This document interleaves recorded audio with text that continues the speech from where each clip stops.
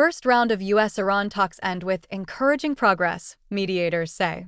The first round of negotiations between the U.S. and Iran to reach a final deal to end the war has concluded with encouraging progress, mediators Qatar and Pakistan say.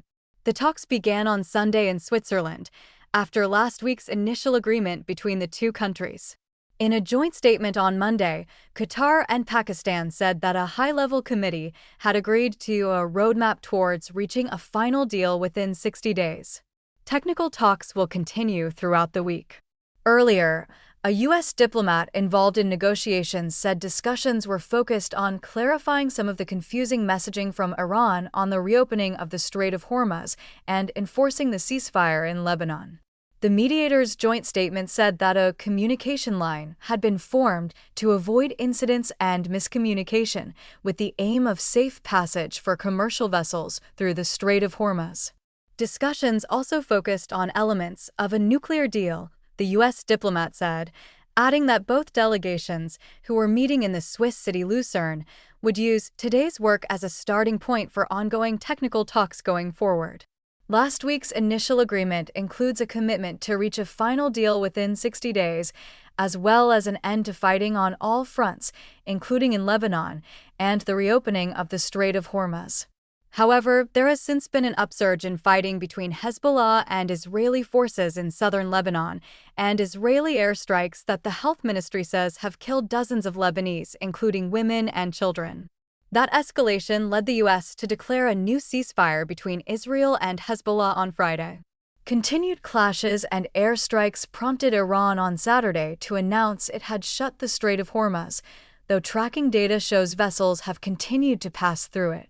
The joint statement from Qatar and Pakistan said the parties agreed on the creation of a deconfliction cell between the parties, the Lebanese Republic and facilitated by the mediators, to ensure the adherence of the termination of military operations in Lebanon.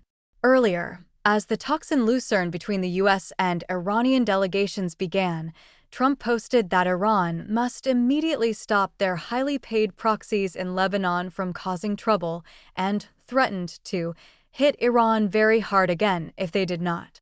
Iran's lead negotiator Mohammad Bagher Ghalibaf responded by saying, "Don't they think that if their threats had any effect, they wouldn't be in this desperate situation today?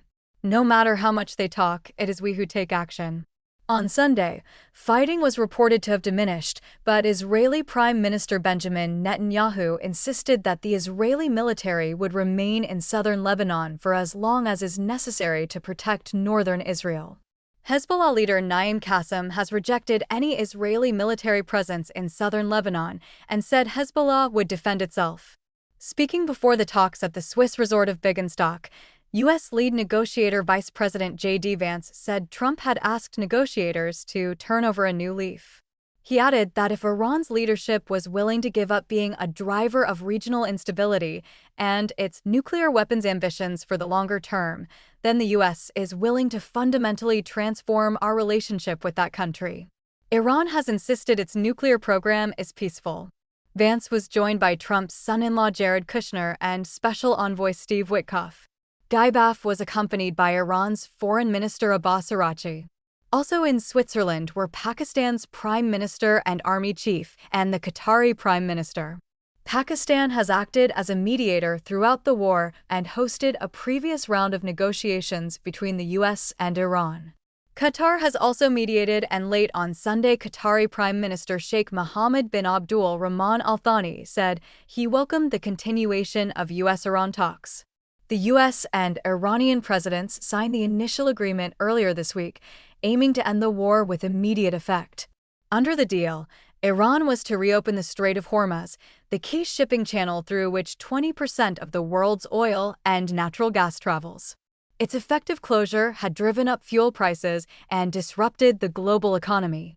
The U.S. also agreed to lift a military blockade on ships going to and from Iranian ports. The initial deal also included a $300 billion (£224 billion) plan for Iran's reconstruction and the U.S. terminating all types of sanctions on it. But the issue of Iran's nuclear program, the main reason stated by the U.S. for the conflict, is still to be negotiated. In Trump's first term, He withdrew the U.S. from an Obama-era nuclear deal with Iran and reimposed economic sanctions.